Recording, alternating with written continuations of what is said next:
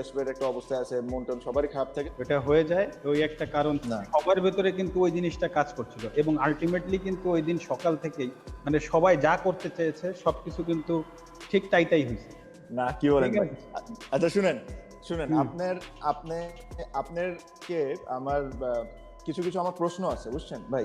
হুম। Normally এই জিনিসটা করার মেইন কারণটাই ছিল যে ধরেন আমরা এমনি এই সবাই ডেসপারেট একটা অবস্থায় আছে, মন টন সবারই খারাপ থাকে, তো আমাদের ইনসাইড স্টোরিটা যদি একটু শুনতে পারে ওরা, তাহলে কিছুটা হলো কিছুক্ষণ জন্য হলো ওরা একটু হ্যাপি হবে, তাই যেটা আমি মনে করি। তো আমি সময় আর নষ্ট না করে আমি কয়েকটা প্রশ্ন করি আপনাকে।